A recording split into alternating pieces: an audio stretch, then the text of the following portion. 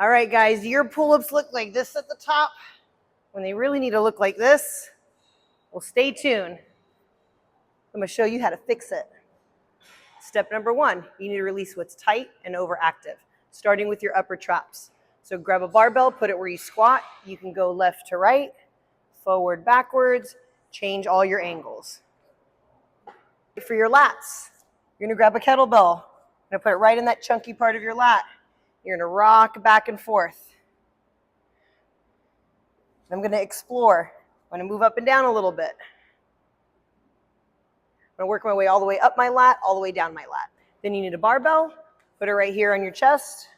Same thing. I'm going to rock back and forth, move around, search and destroy all those knots and those tender spots you're going to find.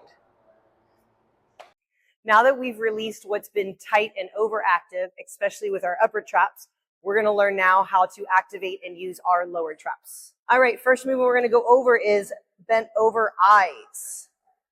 Okay, so when I come back and squeeze, you're going to want to squeeze up here, all right? But you need to focus on pushing all of that down like I'm reaching down to the back of the room, okay? And that's always there as I raise my arms. And when I come up, I'm going to turn my arms outward as I come up. So I'm going to externally rotate. And I encourage holding that there for a second so you can test yourself. Are you up here or are you down through there? Second exercise is going to be Scap Pull-Downs. You're going to need a longer bar for this one, and lighter weight the better. All right, the goal is we're going to shrug up and then shrug down. Shrug up and shrug down. I'm not going to shrug back like a row. I'm going to pull my lats straight down. Again, so pulling them straight down versus squeezing backwards like I'm pinching my shoulder blades together. So we don't want that. We want to pull them straight down.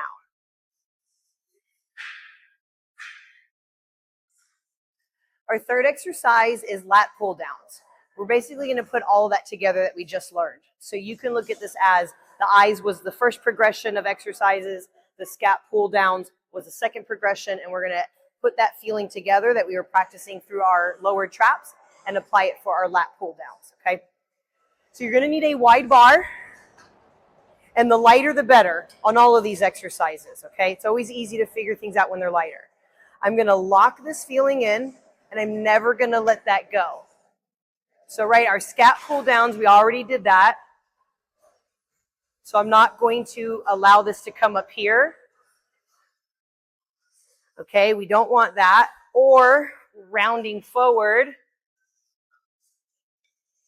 Okay, we need to make sure that we are in that position and we're locked in and we're stable, staying in that position no matter what exercise we're performing. All right, now it's time to put it all together.